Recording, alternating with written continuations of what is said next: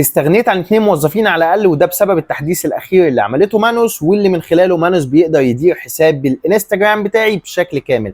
مانوس بيديزاين، مانوس بيكتب البوستات، ومانوس بينشر البوستات على حسابي، وكمان بيرد على الكومنتات والرسائل. التحديث ده عملته مانوس من حوالي اسبوعين، واللي من خلاله مانوس بتقدر تدير حسابك بشكل كامل على الانستجرام، ومش محتاج جرافيك ديزاينر، ولا محتاج حد يكتب لك البوستات، ولا محتاج حد يدير الحساب من ناحيه الكوميونيكيشن والرسائل والتعليقات.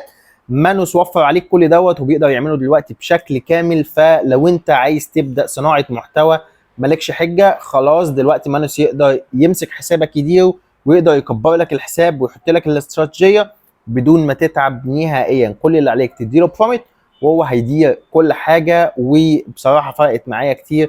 ولو دخلتوا على البروفايل عندي هتلاقوا اخر بوستات معموله من خلال مانوس وبشكل كامل. سلام.